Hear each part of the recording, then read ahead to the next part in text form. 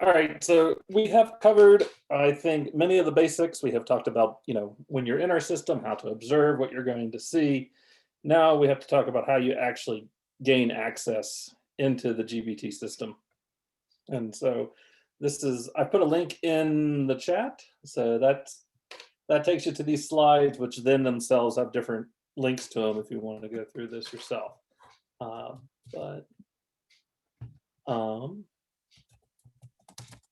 So there's two ways in which we can access the GBO network.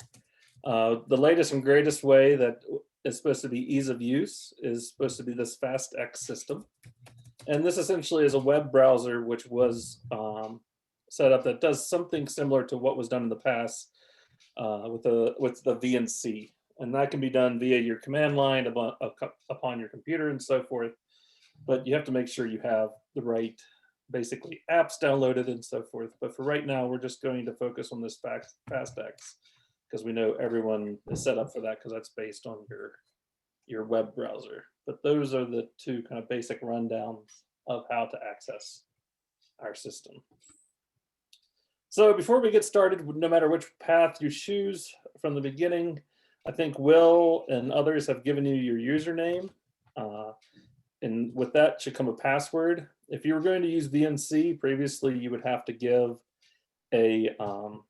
you would have to set up a password for your VNC so you could share that with other people without giving away your full access to the entire network.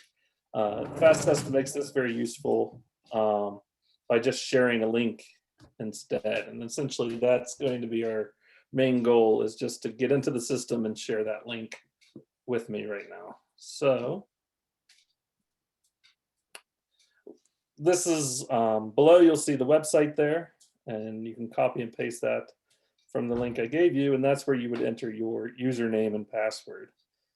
This is the basic window that you would see when using our FastX system, and you can see there it prompts your username and password like we said before.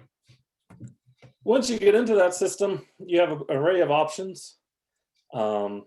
We have only 2 computers. Basically, each one of these is a different computer that you can choose from, and you can enter our system either to observe or to process data, which Larry and Amber and others have touched on. But different computers are used for different things, and so the computers that are used to actually control the telescope and to observe are Ariel and Titania. Both of those have a different option that allows you to have a faster connection. I haven't personally noticed the difference between the two, whether it reduces the screen resolution or something to help with that, but you're welcome to play around with those 2 different options. There's also these several other servers for data reduction that's listed here, and their basically specs are listed at that link above. So you may need more processing power depending upon which machines. And so certain observing modes may like one machine versus another where you want to process your data. Once you've selected up here, what is somewhat annoying is that normally you have to scroll down and there will be a launch button at the very bottom. So you'll have to scroll down once you've clicked up here. Many times I found myself just kind of thumping the keyboard, wondering why I can't get in, and I forget that there's that launch button just below the bar at the bottom.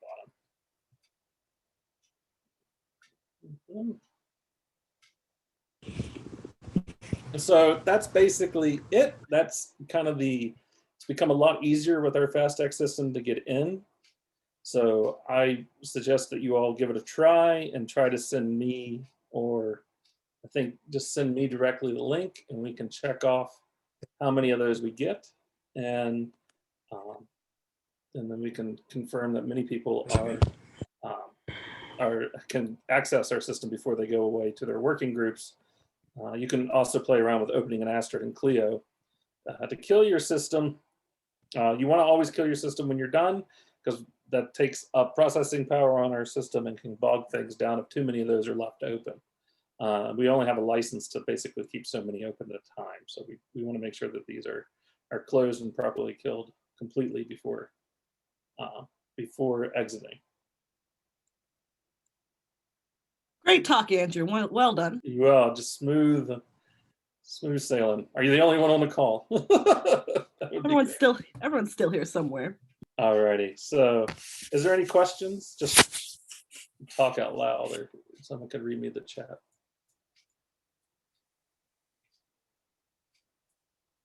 Just all of us in the chat being like worried that we don't have our credentials yet, and Will telling us he's sending them to everyone individually, so it's going to take a little bit. Okay, and that's so that's why we've kind of saved this to last to try to troubleshoot some of that and to make up for some of spill time that we've had. Yeah, this is unfortunately in line with our policies. I'm not allowed to email you your credentials, so I have to send them through a much more secure thing like Zoom chat. Carrier pigeon? Is that still a thing? Oh, that explains it. The cat ate that. So, Andrew, how much snow do you guys have over there? What would you say, Will? 4 to 6 inches? Oh, not bad. Yeah. So. Someone's joining us from Australia, and they are thinking about how summery it is instead, of course. Kristen, just to give you a good Green Bank story, yeah, let's have it. The wife went up to go check the mail the other day. When she came back, there was a possum curled up in the garage. We had a possum rodeo to try to get it. It was cold out there. Yeah, I mean, and I was surprised. I always thought possums were like. Possum that was living at Larry's house for a while. Are you guys sharing a possum, Betty? Somebody needs to put a collar on this possum so we know. I didn't know, but apparently they only live to 3 years. Aw. Aw, poor baby. Yeah, so I thought they lived much longer than that. Well, I mean, it depends on how many roads there are around, I suppose. Yeah, apparently they have a natural immunity to rattlesnake poison and other things. They're pretty interesting animals. They also eat ticks. Yeah, that's the big thing, but that's what a lot of people say. But rattlesnakes eat mice that get rid of the ticks too. So I'm not sure where I fall on the party lines on that one. And so, but I think possums eat a lot of ticks off themselves.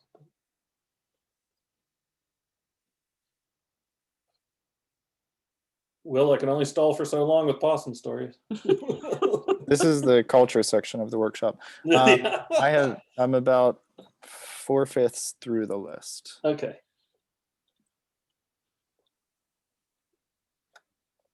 Andrew and I work together at Arecibo, which is why we have banter. Yes.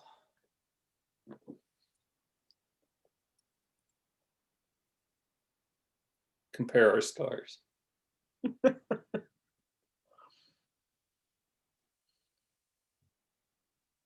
Hello. Yes. Yeah, I had one question. Once we get the login credentials, in a previous talk, Larry said that the login credentials will be active for 2 years. So I can use the terminal window anytime between this time, or I mean, how it works. Yeah. So you should be able to use it anytime within that time. And then if it's inactive for a long period of time, it will be essentially recalled. I'm not sure on the time limit on that after those 2 years. Is it a year? I can't. I don't remember. I think you need to log in every year if you want to keep it. Yeah. The systems group people, they just, if it's inactive for a while, I'm not sure where maybe they already talked to the computer people who got them to commit for 2 years, but I've known a lot of people that have their accounts inactive in much less than 2 years. So I would, what they do is they inactivate it and they archive it. So they keep all your stuff. Maybe after 2 years, they just delete everything. So, but all you need to do is log in every 6 months, and you can, even if you don't have a GBT project, because you can do archival. If you were doing archival research with GBT data, a lot of our tools, they're not very portable in a way. So people log onto our machines to work on GBT data in general. So if you log on within every year, every 6 months, you can have it pretty much indefinitely. Okay. So like if from 1 month from now, if I log in and I can access the data, right, to work or practice upon or something.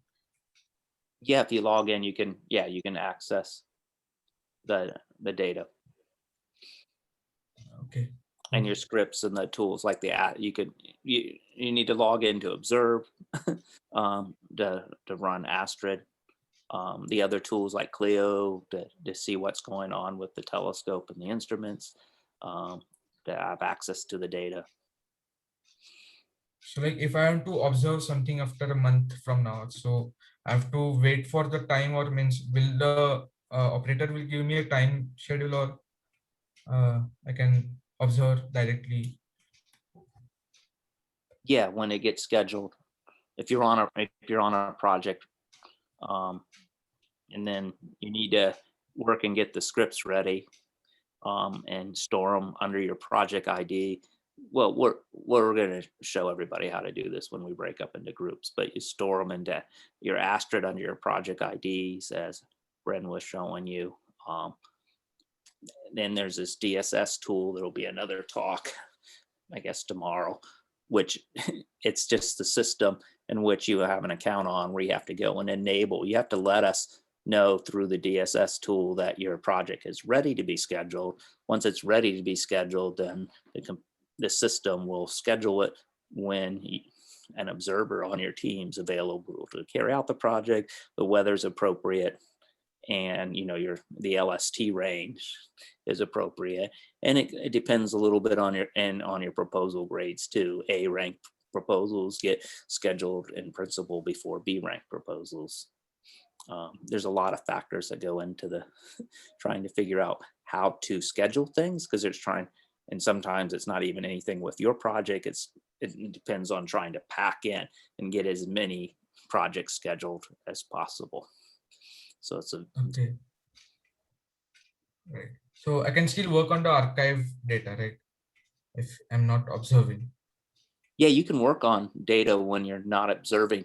You can, but we just reserved, there's two computers, as mentioned, Titania and Ariel, that are reserved for the actual people doing observing.